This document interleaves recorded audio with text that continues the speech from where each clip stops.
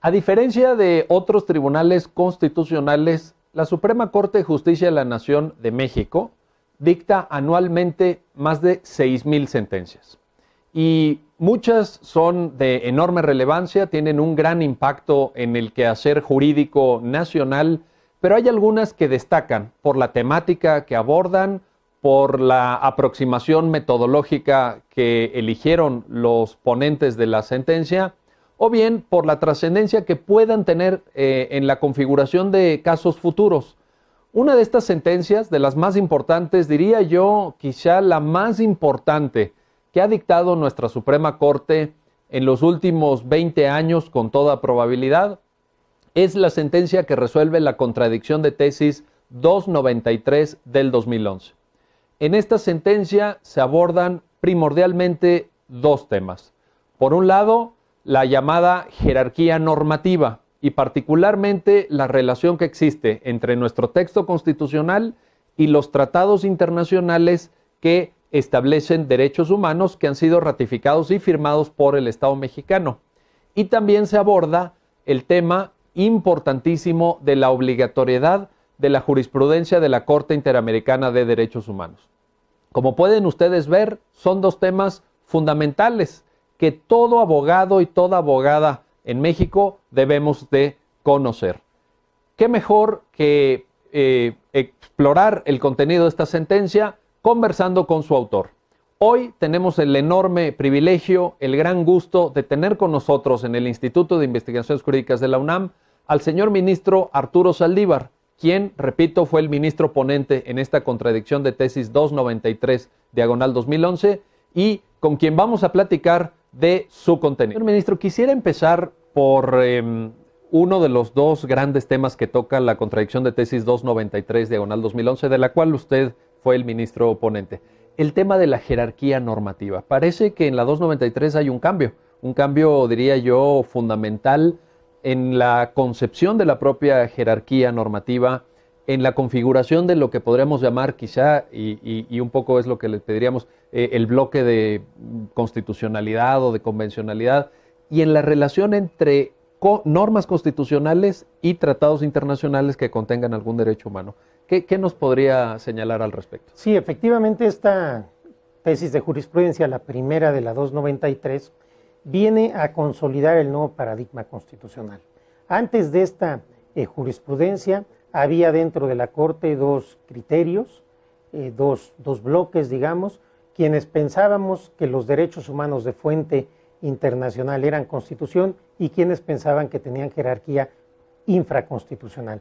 A partir de esta jurisprudencia se crea o se reconoce este bloque de constitucionalidad formado tanto por los derechos propiamente constitucionales, los que establece nuestra Constitución, como aquellos que están en tratados internacionales y que se incorporan a la Constitución por mandato del propio artículo primero. Entonces ya no hay una relación de jerarquía, hay una relación de armonización y de coordinación. Y esto tiene otro efecto adicional.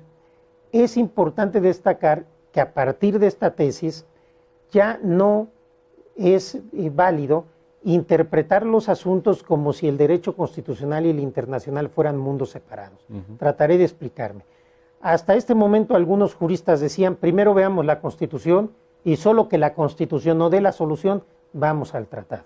Hoy lo que hemos dicho es derechos de la Constitución y derechos humanos constitucionalizados de fuente internacional, los podemos interpretar armónicamente al mismo tiempo cuando es el mismo derecho desde distintas ópticas. Y esto obviamente provoca una ampliación enorme en la protección de todos los habitantes de este país.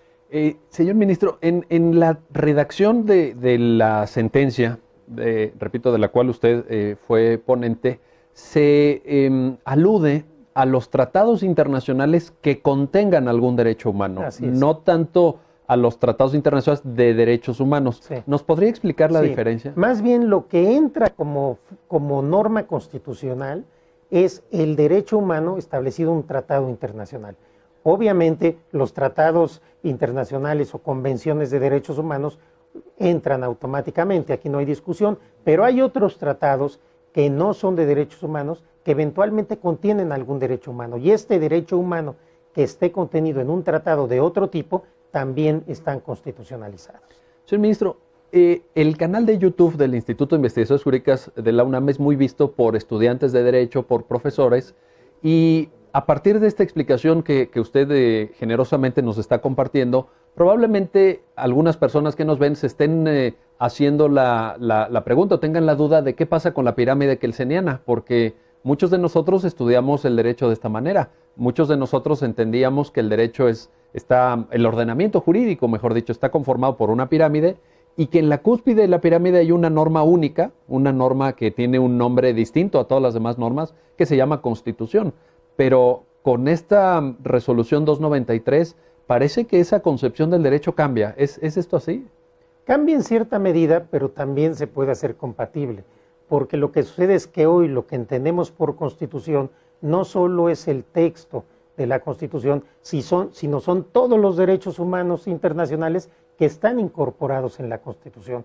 Por eso hemos sostenido en muchas ocasiones que los derechos humanos de fuente internacional son Constitución. Correcto. Son obviamente derechos internacionales también, pero son derechos internacionales constitucionalizados. Su fuente es el derecho internacional, pero están incorporados como si fueran parte, porque lo son, de la Constitución. Obviamente que esto cambia muchos paradigmas y concepciones, pero yo siempre he pensado que la ciencia jurídica y la academia puede servir, por un lado, para que avance el derecho, por otro lado, para explicar lo que sucede en el derecho.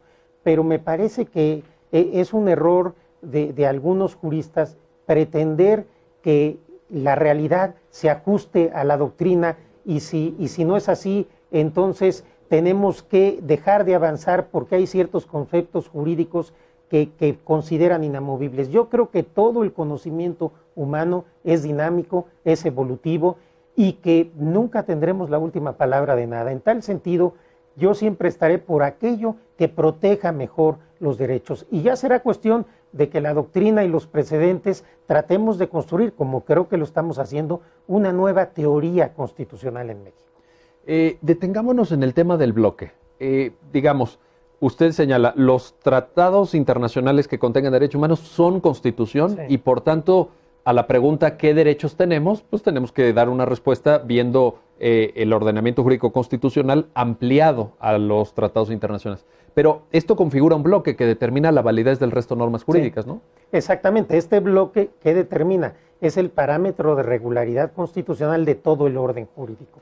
Es decir, cualquier ley, cualquier acto de autoridad, cualquier disposición contraria a este bloque, a este parámetro, son inválidos, son inconstitucionales. De hecho, yo he sostenido que en México la constitucionalidad y convencionalidad, tratándose de derechos humanos, van de la mano. Claro. El control de convencionalidad en nuestro país es un control de constitucionalidad, claro, porque las normas convencionales son Constitución también. Vámonos al otro tema que toca la 293, el valor de la jurisprudencia de la Corte Interamericana. ¿Qué nos puede decir sobre ese tema?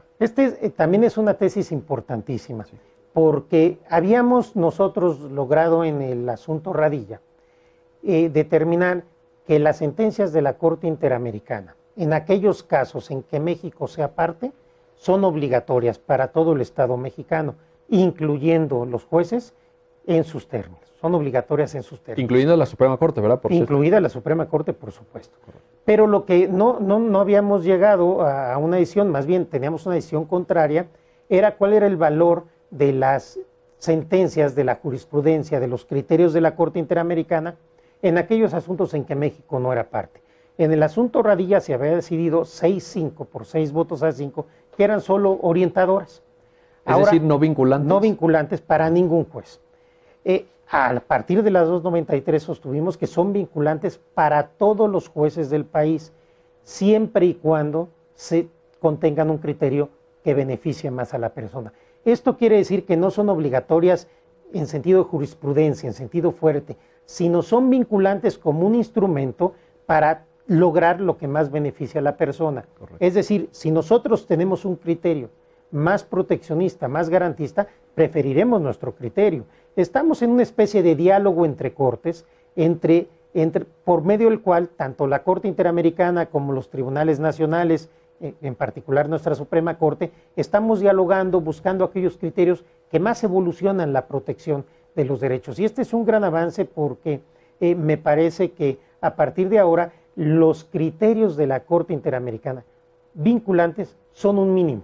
Correcto. Ya no podemos nosotros resolver en un escenario menor de protección. Claro. Podemos ir más allá, pero nunca menos de lo que la Corte Interamericana ya ha decidido. Entonces, parece que el mensaje que usted está enviando a los juristas mexicanos, a los estudiantes de Derecho, es que hay que conocer esos precedentes, que hay que conocer esos casos, que cuando hablamos de jurisprudencia ya no nada más vamos a voltear a ver lo que hace el Poder Judicial Federal, sino que hay que abrirnos también al sistema interamericano, ¿no? Por supuesto, hay que abrirnos al sistema interamericano y de hecho en la página de la Suprema Corte está un buscador jurídico interamericano donde se pueden allegar todos los conceptos de la jurisprudencia interamericana porque son vinculantes y porque, por supuesto, cualquier abogado, cualquier juez que quiera resolver un asunto y cualquier estudiante que quiera conocer, requiere la jurisprudencia del Poder Judicial de la Federación, pero también los criterios de la Corte Interamericana.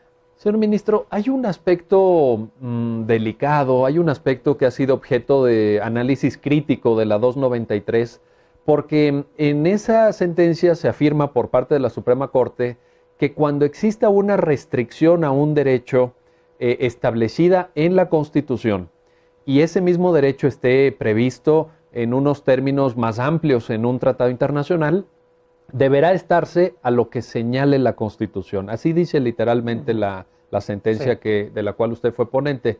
¿Qué debemos entender? Cuando usted escribe en esa sentencia, deberá estarse, en caso de una restricción, a lo que establece el texto constitucional. ¿A qué se estaba usted refiriendo? Esta fue una concesión que se tuvo que hacer para que se lograra el consenso. No tendríamos ahora tiempo de poderlo explicar, pero es importante. Yo sugeriría que pudieran ir a las versiones estenográficas, a mi voto concurrente, a donde explico por qué llegamos a esta decisión. Esto no significa, y esto hay que ser muy claro, que tengamos que estar al texto de la restricción, sino estar al texto constitucional. Yo he sostenido, y lo acabo de hacer en el asunto de arraigo, que las restricciones, primero son restricciones al ejercicio de los derechos, no a los derechos, que tienen que ser expresas, que también son interpretables, que tienen que ser de aplicación estricta, porque son excepciones al principio de vigencia de los derechos, y que también se les aplica el derecho, el principio pro persona. Ese es un punto Sí. importante, perdón que lo interrumpa, Sí. porque usted en su voto concurrente Sí. lo señala. Sí. El tema que usted está mencionando me parece de enorme relevancia. Es decir, el propio autor de la sentencia, Sí. en su voto concurrente dice, cuando nos referimos a que deberá estarse a lo que señale la Constitución, no perdamos de vista que la Constitución habla de principio pro persona. Así es. ¿Cómo? Así es, al principio pro persona, y entonces hay que interpretar la restricción llegando a su sentido restrictivo a la mínima expresión. Pero no solo eso, también he dicho y he sostenido que estas restricciones tienen que ser legítimas en un sistema democrático de derechos, que tienen que ser compatibles al sistema de derechos. Y cuando no lo son, la restricción desaparece porque está nulificando el derecho. ¿Desaparece a partir de qué? A partir de la propia Constitución, del artículo 1 y del principio pro persona. De tal suerte que no quiere decir que cuando haya una restricción tendremos que estar necesariamente al texto de la restricción. Habrá algunos compañeros ministros que así lo interpretan. Yo creo que esta no es la interpretación, porque no podríamos nosotros aceptar la vigencia de una norma que fuera contraria al sistema de derechos, que no se compadeciera con el sistema integral. Por supuesto, hay otras restricciones porque los derechos no son absolutos, claro, que son legítimas, que son válidas, que son justificables incluso en términos democráticos, pero cuando no fuera el caso, yo creo que la propia interpretación de la 293 nos lleva a restar de contenido y de sustancia una restricción que de hecho anula un derecho. Muchísimas gracias, señor ministro. Gracias. Pues como pueden ver, la resolución a la contradicción de tesis 293/2011, como decía yo al principio, es una de las sentencias más importantes que ha dictado la Suprema Corte, probablemente la sentencia más importante de los últimos 20 años. Creo que es tarea de todos los juristas, tarea de todos los estudiantes de Derecho, tarea de los profesores en las escuelas y facultades de Derecho, leer, analizar, valorar esta sentencia que nos pone en la vanguardia constitucional, que nos pone en un esquema de mucho mayor protección de los derechos, que nos viene a replantear la jerarquía normativa, que abre el sistema jurídico mexicano a la influencia del todo benéfica del derecho internacional de los derechos humanos, y qué mejor que tener una explicación y un análisis de la sentencia por parte de su autor. Agradecemos al señor ministro Arturo Saldívar que nos haya compartido estos minutos y quédense con nosotros para otra cápsula del Instituto de Investigaciones Jurídicas de la UNAM.